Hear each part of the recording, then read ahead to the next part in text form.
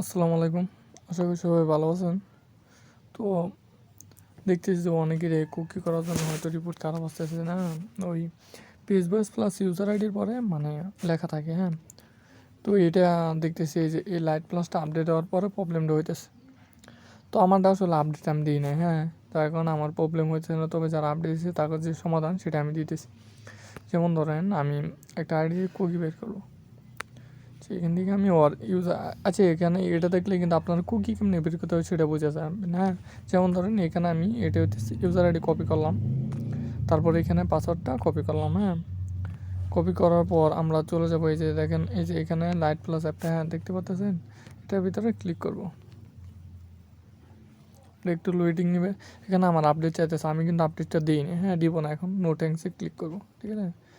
করার পরে এই যে এখানে দেখেন উপরের দিকে, উপরে বাম পাশে দেখেন 3 ডট, হ্যাঁ এখানে ক্লিক করবেন। করার পর এখানে নিচে দেখতেছেন সিটিংস অপশন, হ্যাঁ এখানে ক্লিক করবেন। করার পর এখানে দেখেন আমি আপডেট দিই নাই, সেই কারণে 2টা অপশন আসছে।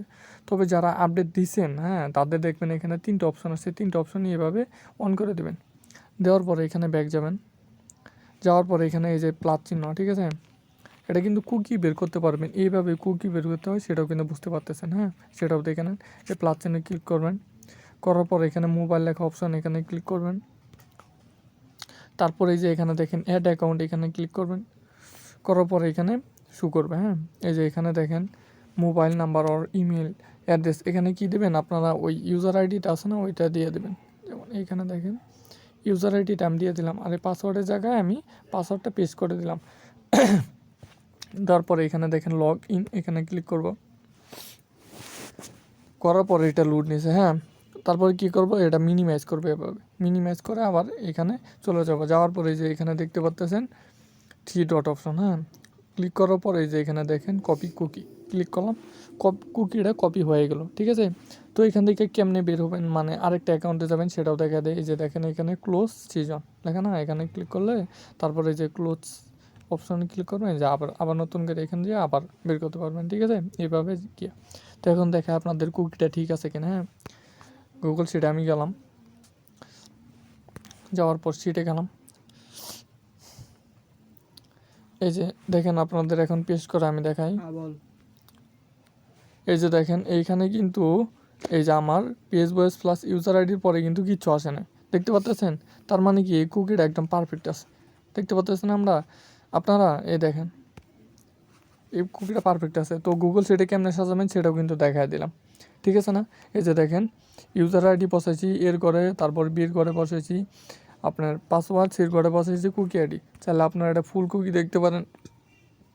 এই যে দেখেন এখানে সির উপরে ক্লিক করলে এখানে একটা অ্যারো চিহ্ন আছে 2টা, হ্যাঁ এখানে ধরলে এটা ঘর কিন্তু এভাবে বড় করা যায়, দেখতে পাচ্ছেন। এভাবে আপনারা কি বড় করতে পারবেন। এই যে